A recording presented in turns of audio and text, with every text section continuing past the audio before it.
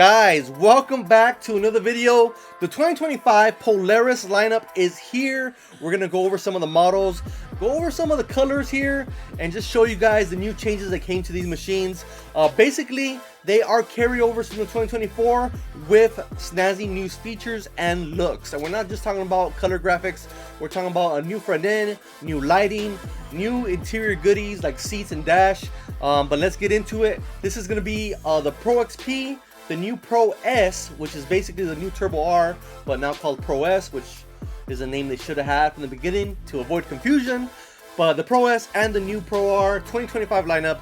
Let's get into it. We're gonna start off with the 2025 in black and bronze, which they call black crystal and shadow bronze. This is probably my favorite layout of the Pro R. And then for the Pro S, which again replaces the Turbo R, I like the black with red, and we'll show you guys that one in a second. Basically, all the body changes, the interior changes, all the features that we talk about right now are going to apply to all three models: the Pro XP, the Pro S, and of course the Pro R. And obviously what distinguishes the three is basically, you already know, the suspension and the drivetrain between those three models. There are some differences like the cage and stuff like that, but it's kind of the same thing as the 2024. So let's get into it. Here is the new Pro R 2025, and check out that front end. I think they knocked it out of the park, and this is probably my favorite part of this new machine is the new front end because of the lighting. I'm a nerd for lights and getting that accent going. This has what you would call like an approach lighting, no, kind of like a wake up lighting and sleeping lighting. So I don't know if that's the right way to say it, but what happens is when you turn on the machine, turn the ignition on, the lights actually kind of wake up and have like a little startup sequence. Same thing when it turns off. So really cool. They got the fangs back right here, as you can see. Again, paying homage to the Turbo S when that first came out with the fangs. It was awesome. I love the lights. We kind of already saw this with the race car. Polaris Factory Race Team had this machine basically in race form already. We had already kind of expected this front end. There's other things that we didn't expect, well, that I kind of knew of already, but that you guys didn't really know about, that we're going to show off in a second. But back to the lighting. I like how the fangs captured the grill, and now we only have one singular grill. So before we had three, especially on the Pro R, it was like kind of three different grills, one main one and two smaller ones. Now we have the single one captured by the fangs, which I think looks great. And the new headlights also have accent lighting, if you can tell right here, which again kind of does that wake up sequence when you start up the machine, which looks good. The bumper seems to be the same, which is okay, no big deal. A lot of guys change the bumper anyways. Suspension still tried and true, the same suspension that Pro R has had over the years. From the first models, they did update like ball joints. I believe that did that in 2022, 2023, and I think they did something with the forks, because we didn't see as many issues with forks when it came to these machines on the front shocks on the newer models. It was mainly just the older models. Back to the front end, we have this new upper upper hood area. So refreshed look, but it is also functional. We have these vents on the top of the hood. That's actually going to drive air into the cabin. One of the main complaints that a lot of guys had on the old Pro R specifically is the Pro Rs would get really hot air coming into the cabin. It'd be cooking your legs, and you'd have to get like a RPM ventilation pass-through for the firewall, which was great. But now that we have it from the factory, that's even better. This has like a ram air setup here, so air will go in here and come out on a vent that's located. So let's see if I can find it here with the zoom feature of this 360. It's right here. I don't know if you can see it. It's right here on the kick panel, it looks like. So pretty cool that they gave us that. Very different. Something they're thinking outside the box. They heard the complaints that many were having, and well, the fact that they did that, I think, is pretty cool. So pretty cool that they updated the front end. But let's look at the side profile. Again, this is for all three models. This has been changed also a lot. We got new doors, we got new fenders, front and rear. We got rid of the light that would pop up here, which was kind of like a little side profile light. We got rid of that, which I kind of, I like that they did that, because I didn't like that light. The fenders look a lot more sleek, a lot more simpler. It's kind of more of an organic flowing design versus all these crazy triangles that they used to have here, and the lights popping out the top of the fenders. I kind of like this. It's a lot more streamlined. It also kind of goes with the design language that they have with the new Razor XP 1000. So I'm digging it. I like the front end and I like the side profile, and the doors I also dig because they made a lot of changes to these doors. The doors are now weather stripped all the way around, so less noise and vibrations that you hear from your doors, as well as going to keep a lot of the dust and debris out. So very cool that they did that. I'm liking the doors. They look like they close a lot better from some of the videos that I've seen. And basically the colors are obviously going to change the look of the machines. We got the same cage here, got the same rear suspension, same drivetrain. If there's any other updates and changes that have come out from this machine, we will find out soon, because we're going to be test driving this machine in a few weeks, which is super awesome. Thank you to Polaris for giving me the opportunity to do that. We'll be test driving the machine, and I'll bring my magnifying glass. We're going to look if there's any other differences that I can spot besides the visuals of this machine, because sometimes they'll make little changes that they won't really say anything about, like for example those ball joints I was talking about when they updated those. So we'll ask engineers or the team at Polaris, whoever we find that day, and we'll ask them, hey, what else is new? So I've heard some rumors of other things, but I don't want to put them into the air here, because I'm not 100% on those, and there's no reason to just make up stuff, right? So here we go. Interior wise, the interior also changed. It's gonna be hard to get a visual of this. From this angle, you can see the new speaker pods in the back for the Rockford Fosgate. This thing now is a stage 4, I believe, and it comes with a subwoofer. The speaker enclosures in the back are bigger. There's now options for speakers that go in the door panels, as well as, like I said, the subwoofer. The subwoofer is a huge deal. It's going underneath the dash on the passenger side. Oh man, I can't even get to this thing over here. Anyways, it's going to be in this area here, underneath the dash, pretty hidden.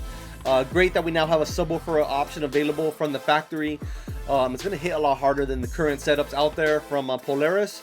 And now, I mean, you can just get this machine already with a subwoofer, a better audio system.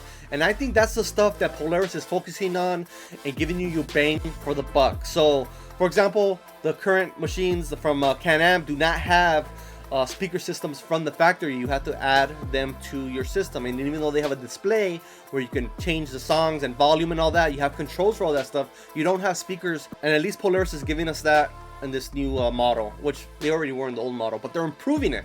They didn't settle for what they already had. So other changes is the seats. We'll get to that in a second, but here you can see the seat harnesses.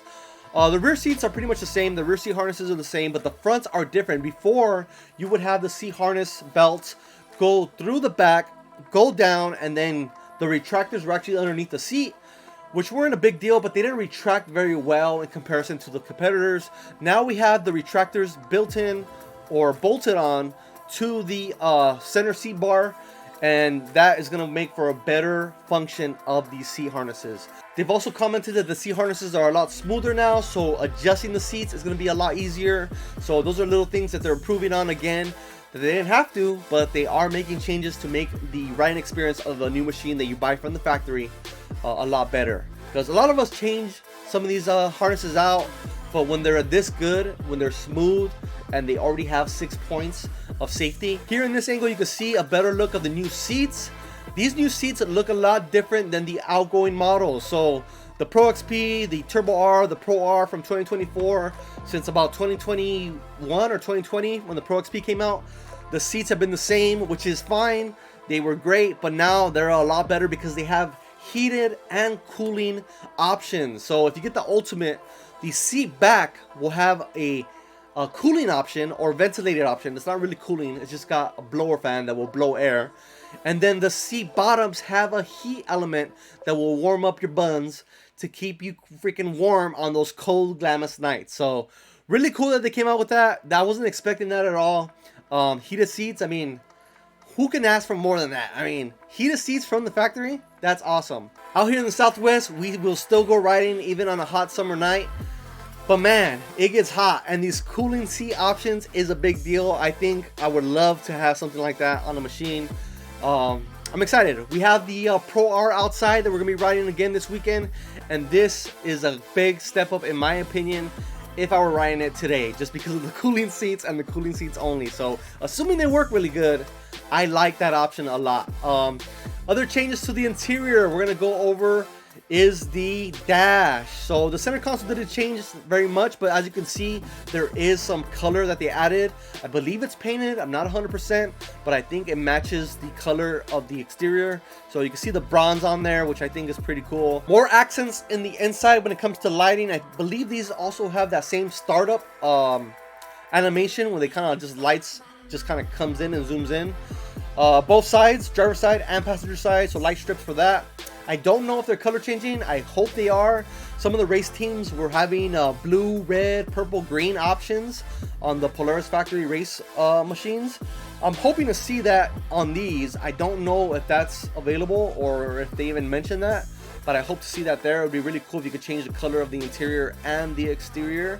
Nothing really changed when it comes to the steering wheel or the ride command. It's the same 8-inch ride command. They did make improvements to it, which we're gonna wait to see on those. And then the steering wheel, the only thing that did change, I think you have the option to now double press that red button to put you on firm and leave you on firm until you double press or double click again on the red button, and then it'll go back to the setting you were at. So if you're in comfort and you double press that red button because you're gonna hit a bunch of, you know, whoops, it'll put you into firm, and then once you're done with those whoops and you're back to cruising, you can double press that and go back to comfort. So you don't have to kind of scroll through the settings. It kind of just, it's a lot easier to just go in and out by double clicking. So I like that feature. Looks like the dash cluster did receive some changes too. In terms of the screen, I think it's like black with white it's like a monochrome display, but it's the opposite where it's black and then the white is the numbers, letters, whatever. So pretty cool on that. The dash on the top, as you can tell, is also different. Also, you can see some badge lighting that they added to the new upper hood area. But this supposedly is a lot easier to disassemble for you guys that are going to be installing accessories, because these whole panels come off a lot easier versus the old models. The panels were kind of more of a pain in the butt to get off. I do think the storage compartment on the passenger side did get a little bit smaller. I think that's because of the subwoofer action that they added. The center looks about the same. Again, nice changes that they made. Honestly, I like the dash a little bit more just because it's a lot more kind of smooth. I think they're going for like that nicer, softer look on basically everything while still looking muscular. That's gonna be a nice little canvas there for wrapping. This is gonna be a lot easier for you guys that are wrapping your machine, so I believe the wrap shops are gonna appreciate that. Other than that, major changes, I don't see any. Basically just new design when it comes to the body panels, the front body panels, the lighting, the interior receive new seats, the dash, updates to ride command, updates to the harnesses, same exact, you know, fold down flat seats in the back for you guys that are driving just you and a passenger in the front, and you can use the rear for storage. Same storage in the trunk. Basically a lot of the same, but a lot of good, nice little improvements. Is this machine going to be worth it to upgrade from your current Polaris Pro R, Turbo R, or Pro XP? I'm going to say no, because it's very similar.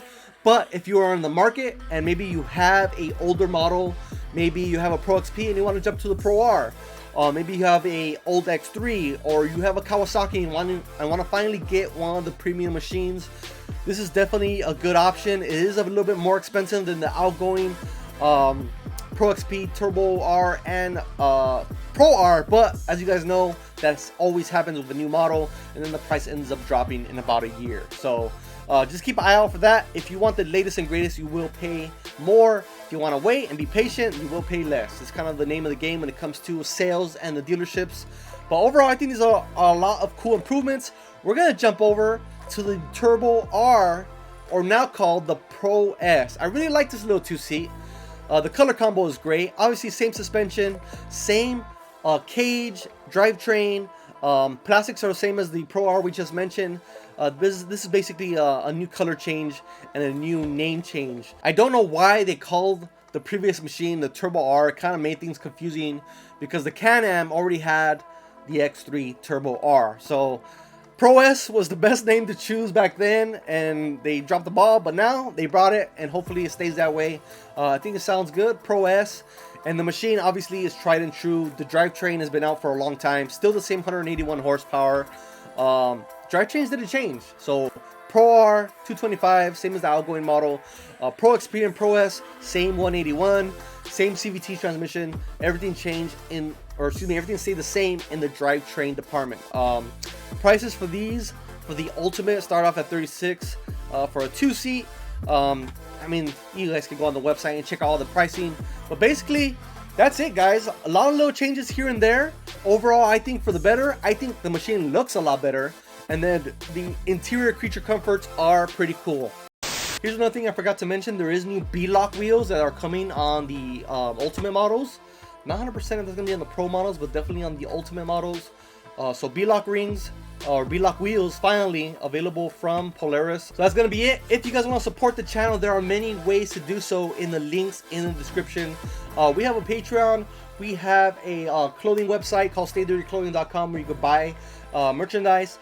But more importantly, we have glifeutv.com, which is the name of this channel, where you could buy parts for your machine from basically all the brands out there, all the best brands. So we have more brands on the way, including Shock Therapy, Switch Pros.